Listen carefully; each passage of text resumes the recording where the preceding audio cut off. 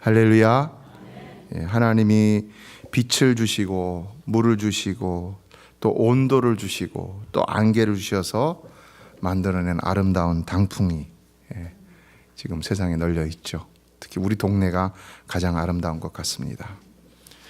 또다시 감사의 달이 돌아왔습니다. 성도 여러분, 지난 한 해도 하나님께서 저와 여러분과 또 이 교회와 저희들의 가정과 자녀들, 저희들의 모든 삶을 아름답게 인도해 주신 줄로 믿습니다.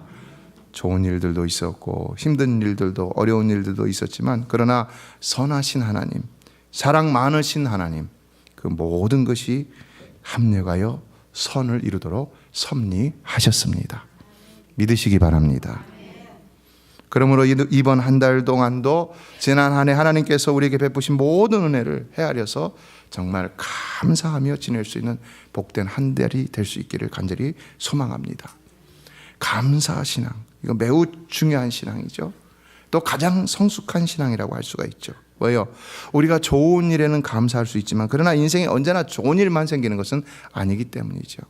오히려 좋지 않은 일들, 그것 때문에 감사하기가 쉽지는 않습니다. 절대 감사하지 못할 것 같은 일들이 우리 삶에는 어찌 보면 더 많을 수도 있을 것 같아요. 그렇죠. 그래서 우리는 근심하는데요. 제가 지난 수요일 뉴욕에서 헌신 예배를 마치고 잠을 자는데 하나님께서 새벽에 깨워서 기도를 하게 하시더라고요.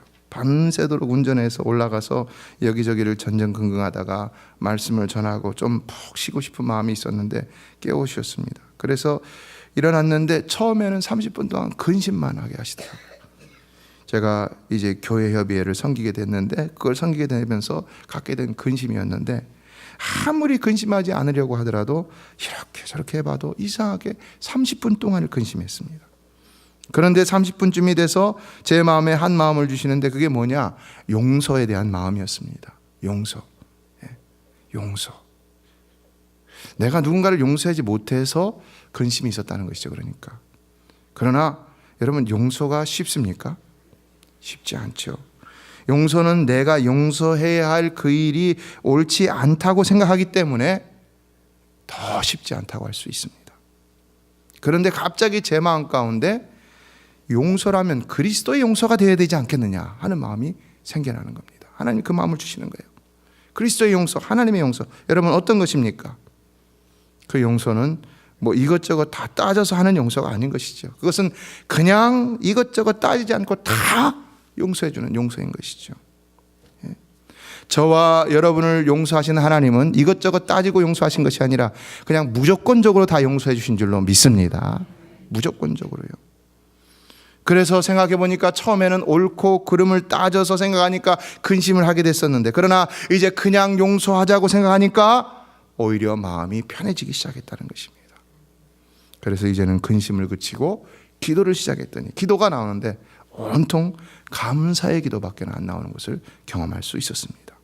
성도 여러분, 우리의 생각들이 감사를 가로막는 것이지 우리가 그리스도의 마음, 하나님의 마음만 품으면 어떤 일에도 능히 감사할 수 있는 줄로 믿습니다. 그리스도의 신앙은 감사 신앙이 되어, 그리스도인의 신앙은 감사하는 신앙이 되어야 되는 것이고 이에 오늘날 우리 그리스도인들이 회복해야 할 신앙도 바로 이 감사의 신앙인 것입니다. 이에 오늘 본문은 그 감사 신앙에 대해서 몇 가지로 이야기를 하고 있는데요. 첫째, 감사 신앙은 하나님을 생각하는 신앙이라는 것입니다. 한번 따라해 보세요. 하나님을 생각하는 신앙. 하나님을 생각하는 신앙.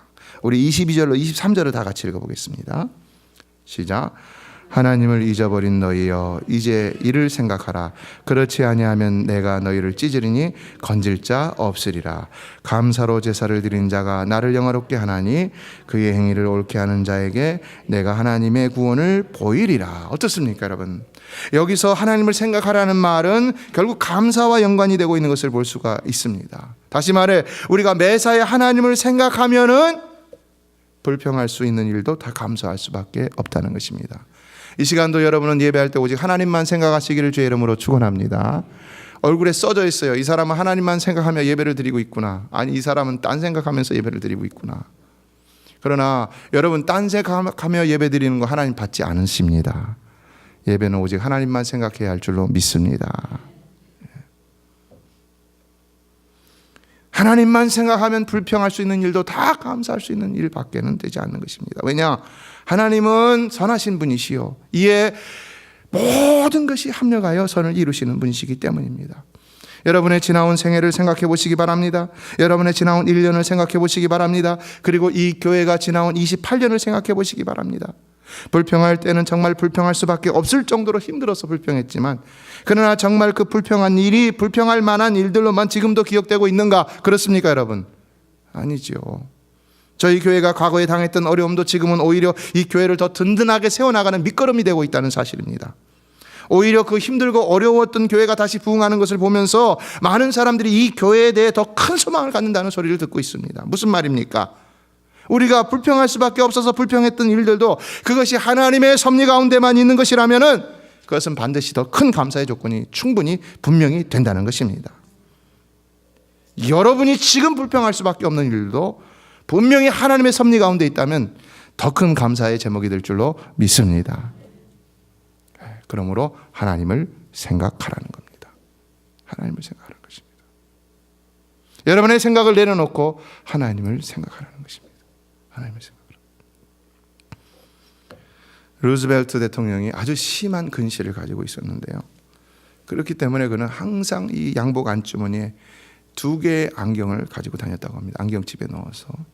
하나는 책을 읽을 때 사용하는 돋보기였고, 또 하나는 멀리 있는 물체를 바라볼 수 있는 그런 안경이었습니다. 그러다 보니까 불편했죠. 그래서 아주 귀찮게 여기고 이걸 불평했습니다. 내가 이게 왜 눈이 이래갖고 이렇게 무거운 거를 여기 달고 다니는가. 그런데 어느 날 미러키에서 정치 연설을 하는데 어느 청년이 그를 향해서 총을 빵 쏜 겁니다. 어떻게 됐을까요? 그 총알이 정확하게 이 루즈벨트 대통령의 가슴에 명중했습니다. 꼼짝없이 죽게 된 것이죠.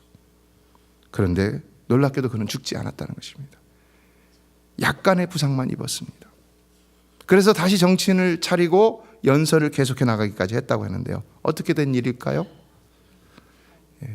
안경집에 맞았겠죠. 그렇죠. 그러니까 그 말씀을 드렸죠.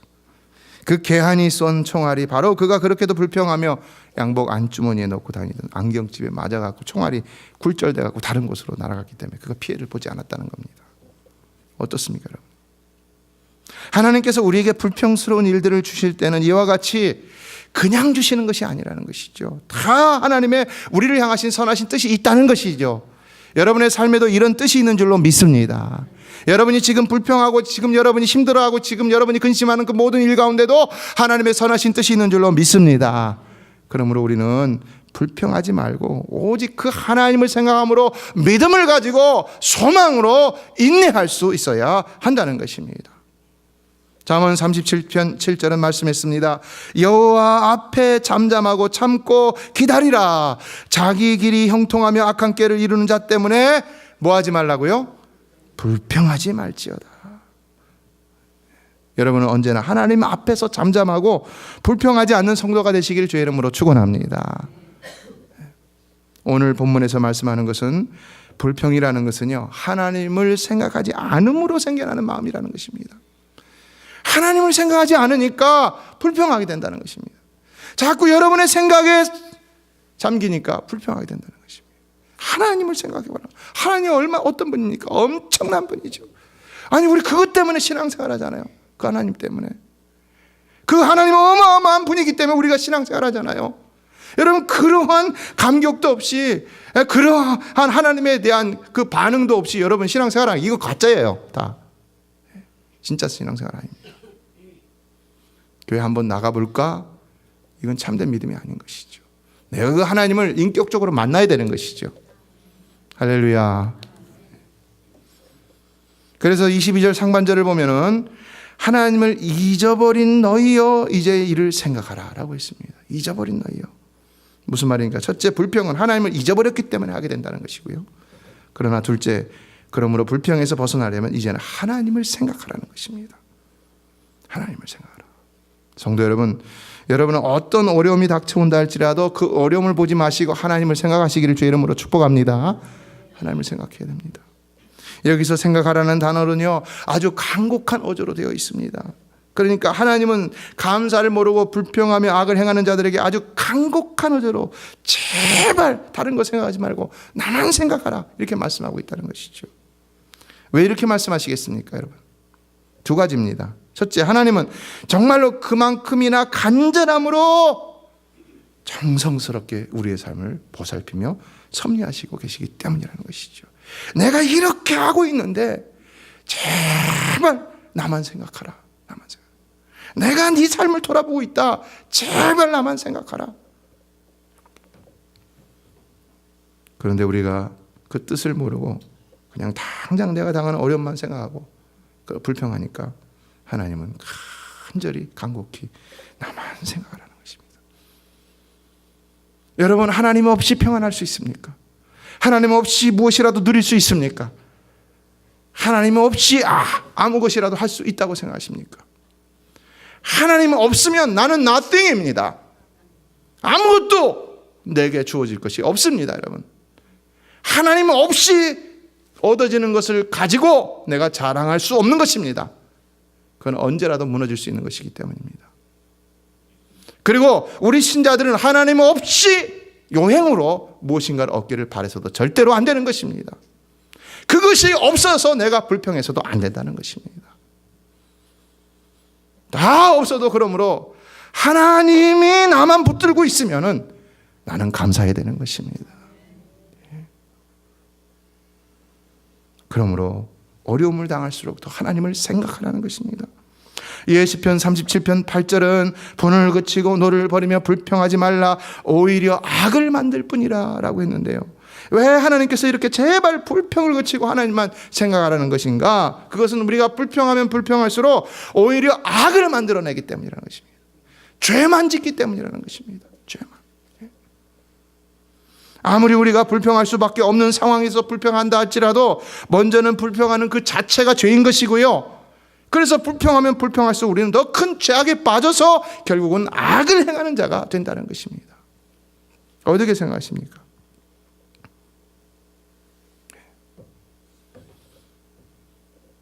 우리는 불평함으로 죄를 짓는 자가 되어서는 안 되는 것입니다. 무엇보다도. 왜냐? 두 번째로 여기서 하나님이 간곡한 어조로 하나님을 생각하라고 하시는 이유는 바로 우리가 불평 가운데 악을 행함으로 하나님의 심판을 맞이할 수 있기 때문이라고 말씀하고 있는데요. 22절 하반절을 보면 이렇습니다. 같이 한번 읽어볼까요? 시작. 그렇지 아니하면 내가 너희를 찢으리니 건질 자 없으리라. 어떻습니까? 빨리 하나님을 생각함으로 불평을 없애요. 감사한 마음을 갖지 않고 계속 불평을 한다면요, 그러면 하나님이 찢어버린다는 겁니다. 심판하신다는 것입니다. 나는 불평할 수밖에 없어서 불평한다 할지 모르겠지만 그러나 그거는 하나님이 우리를 심판하시는 이유가 될 수가 있다는 것입니다. 여기 찢는다는 것은요, 사자와 같은 맹수가 이 먹잇감을 꽉 움켜잡고 빠져나가지 못하도록 하고서 잡아먹는 것을 얘기합니다. 찢어버리는 거죠. 그러니까 이 말은요, 하나님을 이짐으로 불평하며 번제하는 자는 하나님의 심판이 내려질 때 어디로도 피할 수가 없다는 것입니다. 이런 사람에게는 전혀 구원의 은총이 없다는 것입니다. 피할 길이 없다는 것입니다. 이러한 모습은 이미 하나님께서 우리의 삶으로도 가르쳐주신다고 할 수가 있는데요, 불평하는 자는 그 삶에서도 좋지 않은 결과를 얻게 되는 것을 볼 수가 있습니다. 그렇죠? 미 국무장관을 지냈던 콜린 파월이 학생 시절에 아르바이트를 했는데 건물 바닥을 닦고 쓰는 일이었습니다. 그런데 거기에 먼저 일하던 두 직원이 있었는데 두 사람의 태도가 완전히 달랐다고 합니다. 한 사람은 일을 하다 말고는 빗자루를 잡고 서갖고는 나는 이런 일을 할 사람이 아닌데 내가 왜 이런 일을 하고 있는가 불평을 했고, 왜 회사는 나에게 이렇게 월급을 적게 주는가 또 불평했고, 그러면서 일을 잘 하지 않았습니다. 또 한 사람은 그냥 말없이 자기에 맡겨진 일을 무엇이든지 간에 열심히 묵묵히 일했습니다. 그런데 1년 뒤에 그가 아르바이트 끝나고 난 다음에 다시 그 직장에서 졸업하고서 일을 하게 되었는데 보니까 이 두 사람을 만났는데 어떻게 됐을까요? 변했을까요? 변하지 않았을까요? 변하지 않았다는 건 똑같다는 것입니다. 여전히 불평하는 사람은 불평하고, 열심히 충실히 하는 사람은 충실히 하고. 어떻게 생각하십니까, 여러분? 그리고 그가 이제 그 직장을 그만뒀다 다시 몇 년 만에 다시 그 직장으로 돌아왔는데 또 어떻게 됐을까요? 또 똑같다는 거지요. 또 똑같다는 거예요. 그래서 보니까 그 사람은 여전히 말단 사원으로 있고, 불평하는 사람, 그러나 성실히 열심히 묵묵히 일했던 사람은 그 회사의 사장이 되어 있더라는 것입니다. 결과가 어떻습니까? 여러분은 불평하는 사람입니까? 감사하는 사람입니까? 하나님을 원망하지 마십시오. 여러분의 삶은 여러분이 만들어가는 것입니다. 감사하며 사는 성도가 되시길 주의 이름으로 축원합니다. 그래서 그가 깨달았습니다. 아, 내가 성공하는 것은 조건에 있는 것이 아니라 나의 태도에 있는 것이구나. 그래서 그때부터는 말없이 늘 자신에게 주어진 임무를 불평하지 않고 묵묵히 감당했는데, 어느덧 시간이 흘러서 그가 장군이 되고 그리고 국무장관이 되었다는 것입니다. 우리 주변에도 보면은 불평하는 사람은 결코 크게 성공하지 못하는 것을 볼 수 있습니다. 미국의 강철왕 카네기는 성공하는 리더가 되려면 3C's, 세 가지 C를 버리라고 했습니다. 그게 뭐냐? CCC, 뭐냐? criticize, condemn, complain, 세 가지인데요. 첫째는 비판, 둘째는 비난, 셋째는 불평이라는 것입니다. 어떻습니까? 여러분, 우리는 남을 비판하지 말고 비난하지 말고 불평하지 말아야 할 줄로 믿습니다. 믿습니다. 이거는 우리의 생각입니다. 하나님의 생각이 아니라. 이거 하지 말아야 됩니다. 남을 비판하고 비난하고 불평하는 사람들은요, 대개가 아주 예리한 통찰력과 민감한 사고를 가지고 있어서 똑똑한 사람들이 합니다. 나름대로. 그렇기 때문에 더 확신이 넘칩니다. 그래서 불평을 하고 비난을 하고 비평을 합니다, 여러분. 그러나 오늘 본문을 보면요, 그것은 하나님은 없고 내 생각만 있는 결과라는 것입니다. 내 생각만. 불평은 습관입니다. 그러나 그것은 오늘 본문 말씀처럼 하나님을 잊어버린 망하는 습관입니다. 그러므로 우리는 불평하는 습관을 버리고 감사하는 습관을 가질 수 있어야 하는 것입니다. 성공학자 나폴레옹 힐이라는 사람은요, 성공한 사람을 보면 칭찬하지만 실패한 사람은 성공한 사람을 보면 비난한다 라고 말하고 있습니다. 어떤 것 같습니까? 그런 것 같죠. 그렇다면 여러분은 어떤 사람이라고 생각하십니까? 여러분은 언제나 남을 칭찬하는 성도가 되시기를 주의 이름으로 축복합니다. 이 본문에서 마지막 세 번째로 말씀하는 것은 하나님을 잊음으로 불평하며 범죄하는 자들은 속히 하나님을 생각함으로 하나님의 심판이 임하기 전에 빨리 회개하고 감사의 신앙을 회복해야 한다는 것입니다. 다 같이 23절을 읽겠습니다. 시작. 감사로 제사를 드리는 자가 나를 영화롭게 하나니 그의 행위를 옳게 하는 자에게 내가 하나님의 구원을 보이리라. 어떤 의미들이 들어있습니까? 먼저 맨 마지막에 구원을 보이리라 하신 것을 보면 이 말씀은 22절에서 아까 말씀했던 심판을 피할 수 있는 방법으로 주어진 말씀이라는 것을 쉽게 알 수 있습니다. 어떻게 해야 심판을 피하고 구원을 얻을 수 있는가? 그것은 직접적으로 하반절에서 그의 행위를 옳게 하면 된다고 말하고 있습니다. 무슨 말일까요? 많은 학자들은 이것은 하나님의 말씀에 순종해서 하나님의 명령하신 것을 지키며 그 길을 걸어가는 것이다 라고 말하고 있는데요. 그러니까 어떤 것이 옳은 행위냐? 그는 오직 하나님의 말씀과 명령에 순종하는 자의 삶을 사는 것이라는 것입니다. 여러분은 어떤 일이 있어도 항상 하나님의 말씀과 하나님의 명령이 여러분의 삶의 유일한 기준이 되시기를 주의 이름으로 축복합니다. 유일한 기준이 되어야 됩니다. 우리의 생각이 아니라 하나님의 말씀입니다. 누구의 명령이 아니라 하나님의 명령인 것입니다. 그것만이 우리의 유일한 삶의 기준이 되어야 한다는 것입니다. 그래야 우리의 삶이 옳은 행위를 나타낼 수 있는 것이고, 그렇게 할 때는 누가 뭐라고 하더라도 하나님이 바로 우리의 삶을 의롭게 보신다는 것입니다. 이에 믿음으로 의롭게 된다고 했을 때 그 믿음은 바로 이와 같이 하나님의 말씀과 명령에 순종하는 믿음이라 할 수 있는 것입니다. 그러므로 불평하는 자들은 빨리 회개하고 돌이켜 하나님의 말씀과 명령에 순종하는 삶을 살아야지 심판을 면할 수 있다는 것인데요. 여러분, 계속해서 그런 불평만 하고 죄만 짓다가는 어떻게 된다는 것입니까? 심판에서 벗어날 수가 없다는 것입니다. 그 삶은 반드시 망하고야 만다는 것입니다. 회복될 수 없다는 것입니다. 계속해서 불평하기만 한다면 그 망해진 자리에서 결코 다시 일어날 수가 없다는 것입니다. 그러니까 빨리 말씀으로 다시 일어나라는 것입니다. 이 본문은 더 구체적으로 그것을 뭐라고 얘기하냐, 23절 상반절에 감사로 제사를 드리는 자라고 표현하고 있습니다. 어떻습니까, 여러분? 오늘 본문을 보면은요, 하나님을 생각하는 자가 나오고요, 그리고 감사로 제사를 드리는 자가 나오고, 그래서 하반절에 23절 하반절에 그의 행위를 옳게 하는 자, 세 사람이 나오죠. 근데 이 세 사람이 다 다른 사람입니까? 똑같은 사람입니까? 다 똑같은 사람이죠. 이 가운데 그럼 가장 구체적인 삶을 사는 사람은 어떤 사람입니까? 감사로 제사를 드리는 것이죠. 감사. 자, 그렇다면 감사로 제사를 드리는 삶은 어떤 것일까요? 삶이 감사가 돼야 됩니다. 왜냐하면 제사가 결국은 삶을 얘기하기 때문에 로마서 12장을 보면은 너희 몸을 하나님이 기뻐하시는 거룩한 산제사로 드리라고 그랬잖아요. 그렇죠? 우리 삶이 산제사가 돼야 돼요. 제사가 돼야 돼요. 그러니까 감사로 제사를 드리라는 말은 감사의 삶을 살라는 것입니다. 무엇을 하든지 생각을 해도 감사, 말을 해도 감사, 행실을 해도 감사, 모든 것이 다 감사로 이루어질 수 있어야 한다는 것입니다. 그래야 그것이 감사로 제사를 드리는 삶이 된다는 것입니다. 그러므로 그것이 하나님을 영화롭게 함으로 옳게 하는 행위가 되어서 심판을 면할 수가 있고 구원의 은혜를 누릴 수가 있다는 것입니다. 하나님을 영화롭게 하는 것은 인간의 본연의 목적입니다. 하나님 창조하신 목적입니다.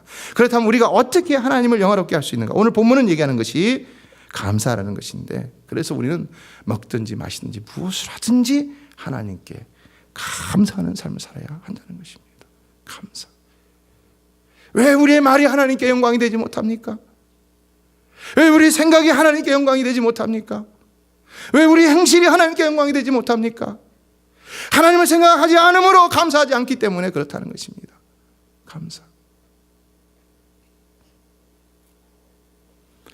감사하지 못하고 자꾸 불평하고 비난하고 비판하고 이렇게 되면은요, 그러면 누가 죽습니까?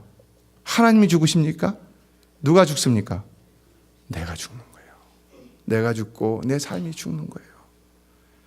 깊은 수렁에 더 빠져들어가는 겁니다. 나는 거기서 절대로 헤어나오지 못하는 것입니다. 빨리 깨달아야 되는 것입니다. 그래서 하나님은 여기서 간곡한 어조로 말씀하고 있다는 것입니다. 제발 나만 봐라, 나만 생각하라, 나만 생각하라. 그래서 감사로 제사를 드리는 삶을 살아라.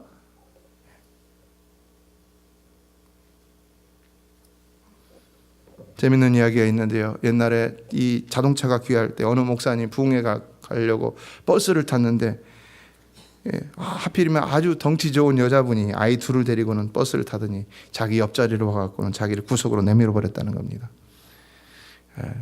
남의 얘기 같지가 않아요, 그렇죠? 그래서 순간에 막 마음에 불평이 밀려왔다는 겁니다. 도대체 저 사람은 뭘 그렇게 먹었길래 살이 저렇게 띠룩띠룩 쪘나?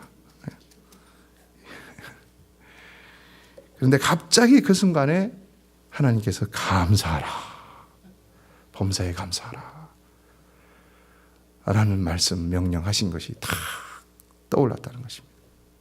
그래가지고는 목사님이 얼른 회개하는 마음으로 하나님 앞에 잘못했습니다 하고는 감사합니다 라고 했는데, 어떻게 감사했냐면, 하나님 이 옆에 뚱뚱한 여자가 내 아내가 아닌 것을 감사합니다. 우리 아내는 감사할까? 여러분, 불평을 버리면 감사할 수 있는 줄로 믿습니다. 감사하는 성도가 되시길 주의 이름으로 축원합니다. 저 추운 북유럽의 노르웨이에서 전해 내려오는 이야기인데요, 사탄이 지구상에 내려와서 노르웨이에 창고를 지었다고 합니다. 사탄이 창고에 각종 미움, 슬픔, 불평, 원망 이런 것들에 씨를 저장해 놓았습니다. 이 씨들은 인간의 마음속에 뿌려져 싹을 내게 될 씨였습니다. 그래서 사탄이 그 씨들을 막 사람들에게 뿌리기 시작해서 이제 막 효력이 나타나기 시작하는데, 이상하게도 아니 어느 한 동네 마을에 갔더니 효력이 전혀 없더라는 것입니다. 그래서 알아봤더니 왜 그런가 했더니 그 동네 사람들은요, 어떤 슬픈 상황과 절망적인 처지에서도 언제나 감사를 하고 있더라는 것입니다. 감사. 그래서 이 사람들이 만들어낸, 이 전례적으로 만들어낸 이 속담이 있는데 뭐냐면요, 감사하는 마음에는 사단이 씨를 뿌릴 수 없다. 할렐루야. 어떤 일을 당해도 감사하는 사람에게는 사단이 틈타지 못한다는 것입니다. 왜냐, 그는 하나님을 생각하는 자, 그러니까 하나님의 임재가 충만한 자라는 것이죠. 누군가 원망과 불평은 마귀를 초청하는 초대장과 같다라는 말을 했습니다. 그러나 그렇기 때문에 어떤 경우에도 감사하면 마귀를 물리치고 놀라운 기적을 보게 된다는 사실입니다. 믿습니까? 그래서 이 불평과 감사의 문제는 표면적으로만 볼 것이 아니라 좀 더 깊이 들어가 영적인 문제로 봐야 하는 것입니다. 그래서 오늘 본문에서는 이것이 잘 되지 않으면 하나님이 심판하시겠다라고까지 말씀하신 것이고, 그러나 이것이 잘 되어 감사로 제사를 드리게 된다면 그는 하나님을 영화롭게 함으로 구원의 영광을 보게 된다는 것인데요, 그러기 위해서 하나님을 생각하라는 것입니다. 하나님을. 제자 훈련하는데 어느 분이 그러시더라고요. 자기가 어려움을 당해서 막 이렇게 불평하다 보니까 갑자기 내가 하나님을 잊어버렸구나 하는 생각이 들더라고요. 그리고 다시 하나님을 생각하니까 감사하는 마음이 생겼다는 얘기를 하는 걸 들었습니다. 여러분, 어려움이 있을 때 하나님을 생각하시기 바랍니다. 분명히 감사가 올라오게 될 줄로 믿습니다. 기쁜 마음, 회복의 마음, 정말로 여러분을 살리는 마음이 올라오는 것이죠. 여러분은 날마다의 영적 전쟁에서 승리하심으로 늘 감사로 살아가시기를 다시 한번 주의 이름으로 축원합니다. 감사하기 위해 우리는 싸워야 하는 것입니다. 불평하지 않을 수 없지만, 그러나 불평이 나올 때마다 감사를 위해서 영적 전쟁을 벌일 수 있어야 하는 것입니다.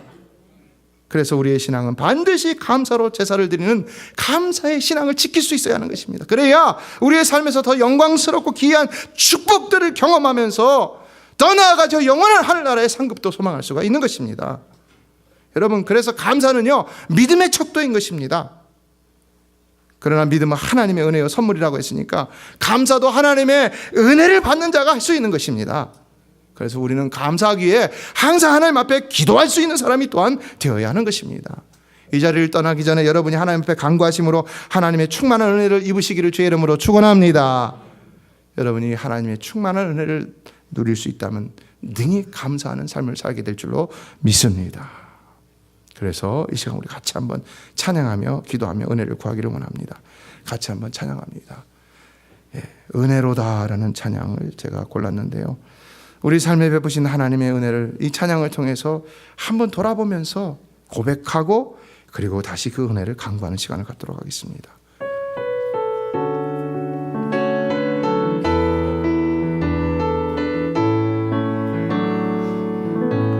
시작됐네 우리 주님의 능력이 나의 삶을 다스리고 새롭게 하네 자유하네 죄와 사망으로부터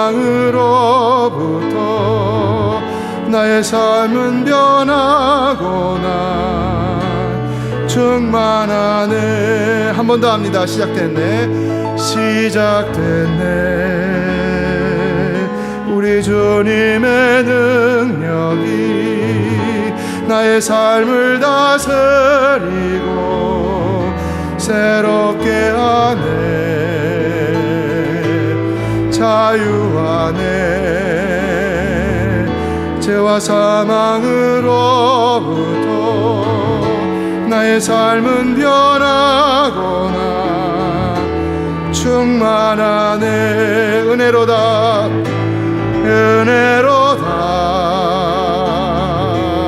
주의 은혜 한량없는 주의 은혜로다